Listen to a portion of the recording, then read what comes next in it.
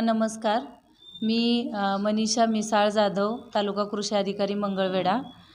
सध्या जे मागच्या 4-5 दिवसापासून ढगाळ हवामान आपण अनुभवत आहोत. तर त्याच्यामुळे नक्कीच रब्बी पिकांसाठी थोडंसं आपल्याला काही फवारण्या घेण्याची गरज आहे.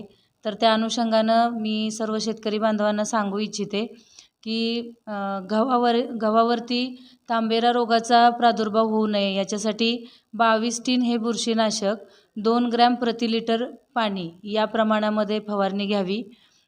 हरभऱ्यावरती 5% निंबोळी अर्काची पहिली फवारणी घ्यायला हरकत नाही. मका, ज्वारी या पिकांवरती जे लष्करी अळी दिसून येत आहे, तर त्याच्यासाठी इमामेक्टिन बेंझोएट हे 100 ग्रॅम प्रति बॅरल म्हणजे 100 ग्रॅम प्रति 200 लिटर पाणी प्रति एकर या प्रमाणामध्ये फवारणी घ्यावी.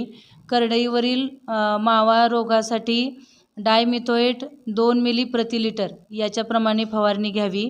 त्याचबरोबर ऊस आणि ज्वारी ह्या पिकांसाठी ॲसेटोबॅक्टर जे जीवाणू खत आपल्याला मिळतं आहे लिक्विड स्वरूपामध्ये, तर हे 1 लिटर प्रति 200 लिटर बॅरल प्रति एकर या प्रमाणामध्ये फवारणी केली असता नत्र स्थिरीकरणासाठी म्हणजे युरियाची आवश्यकता कमी करण्यासाठी हे उपयुक्त आहे.